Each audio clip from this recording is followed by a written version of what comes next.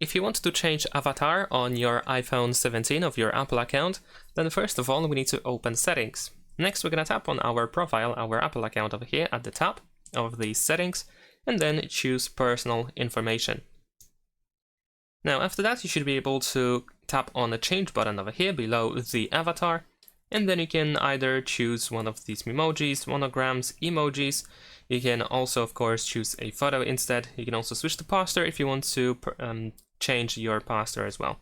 And once you we can also tap on these options on the left side instead of these premates in order to fully customize the avatar that we have, of course. So I'm gonna choose this one. There we go. Let's go next. We can also choose the color, of course. Let's tap over here, choose a different color.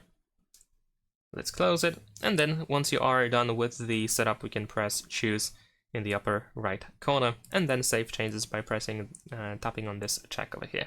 You can also choose your poster, of course. So in this case, I'm gonna choose the same one that I already have. And that's pretty much it. And after a short while, the avatar should be updated. It might not be updated immediately, but it definitely should be updated shortly afterwards. And that's pretty much it. Thanks for watching. Leave a like and subscribe.